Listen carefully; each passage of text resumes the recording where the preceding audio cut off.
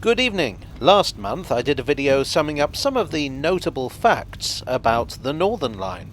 It has a lot of firsts, lasts and onlys to its name. But it occurs to me that the Metropolitan Line probably wouldn't take that from a young upstart like the Northern Line, so let's defend the honour of the Crimson Line. The Metropolitan is the oldest line on the Underground, with the section from Paddington to Farringdon opening in 1863. This also makes it the oldest underground railway, or subway if you prefer, in the world. The first station to be declared open was Baker Street, which is therefore the oldest metro station in the world. In fact, the term metro comes from Metropolitan Railway. I cannot emphasise enough how important this line is. It's famous for what it did for central London, but it also has the furthest station from central London, Chesham. It has the most northerly station on the system, which is also Chesham, and the most westerly station. Oh, it's Chesham again. It used to go even further out, with Verney Junction station being a remarkable 50 miles from Baker Street. That service ended in 1936 and the station closed in 1968. The longest distance between two stations is on the Metropolitan Line between Chalfont and Latimer and, there it is again, Chesham.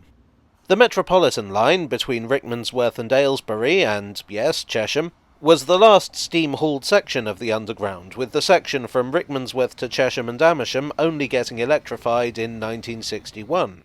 Underground services between Amersham and Aylesbury were withdrawn. Electric locomotives had to be swapped for steam ones at Rickmansworth. This could be done in 4 minutes, the fastest changeover time in Britain. The Metropolitan runs the fastest trains on the Underground, reaching speeds of up to 60 miles per hour. It's also the only line to run express services. The highest station above sea level is Amersham, at 147 metres or 482 feet. The first air-conditioned trains on the Underground ran on the Metropolitan in 2010.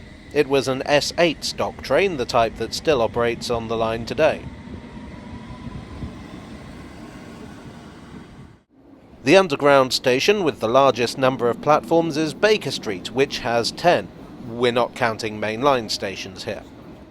Moorgate also has 10 platforms, but 2 are used by mainline trains and 4 are abandoned. Baker Street would have been the only station to have its own hotel, Chiltern Court. Unfortunately, the plans were scaled back due to the First World War, and the planned hotel became a block of flats and a restaurant. The restaurant is now a pub called the Metropolitan, and you can still see some of the old railway emblems in there. Well, I hope you enjoyed this premiere tale from the Tube, this collection of trivial bits of information for next time you need to impress someone or whatever. If you did enjoy it, please do leave a like and consider subscribing for more. I would like to thank my donors on Ko-fi and Patreon, and here on YouTube, you are the changeover to my Rickmansworth.